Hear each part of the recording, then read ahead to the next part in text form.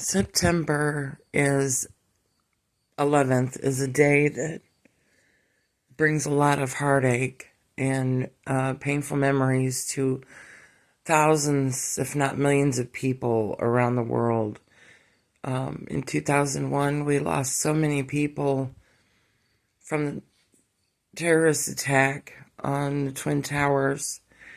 And today, in 2025, we mourn somebody who was doing God's work and speaking to the youth of America in colleges, and that's Charlie Kirk. My thoughts and prayers go out to the family and friends of Charlie. He ruffled a lot of feathers. He spoke a lot of truth. And people were offended by him. And he couldn't help it. He was only speaking common sense, and that made a lot of people angry, and unfortunately it took his life. But I wanted to touch on something a little bit deeper, the spiritual part of it. God chose Charlie to do what he was doing and to be there for the children, the young adults of our next generation. And unfortunately, the enemy has more detrimental plans to throw a wrench in the cog, per se, of God's work. And he will stifle anybody he knows is making a difference in doing that. I really feel like, Charlie did touch a lot of people and doing his talks with colleges and different public speakings he did. In the last days, even, the Bible says good shall become evil and evil shall become good. When I'm going online and seeing people, well, he got what he deserved, he asked for it. No, he wasn't asking for anything. He was doing his part, and nobody, no matter who they are, what they've done, should be murdered for their beliefs. And for those that are saying that, I just politely ask you to think again and maybe redact those statements, because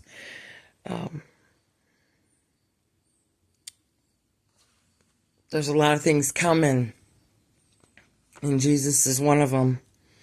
Our normal isn't coming back, but Jesus is. And when you say somebody deserves to die, it speaks a lot about your soul and in your beliefs. And, one day every knee shall bow and every tongue shall confess that Jesus is Lord. And there's a deeper and darker message within this. Throughout the whole Bible, it speaks about generational corruption. And, how the foolish say in their heart there is no God. And to believe that is foolish. I'm not knocking anybody. I'm not trying to tear anybody down. But this murder was spiritual. And it's out in the public eye for everybody to see and watch again and again. And that's what... I don't get it. I don't understand. And though I do, but I don't see why people want to replay this and show others. And, it's traumatic. Just put yourself in his children's shoes when they're old enough to know what happened to Daddy. And there's a video that they can watch over and over again.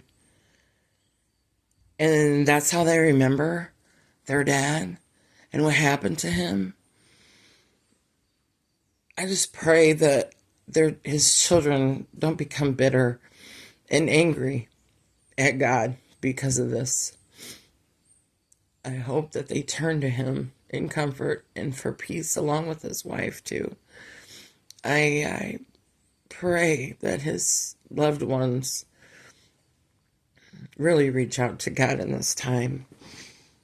And, the enemy used Charlie to create fear, and anyone who wants to speak out upon the wokeness of the world, people, he's trying to stifle their voice and their view, and really it's God's view, because if it was just a humanly view, I think the enemy would have just let Charlie keep on talking, but because it spoke against the evil's agenda, this is why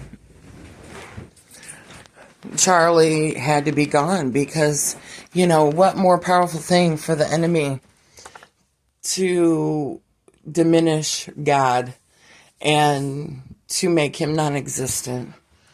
So just think again. For the ones who really think that Charlie deserved this, you're enemy of God now. And enemies will be put under God's feet. Your outlook is not so good.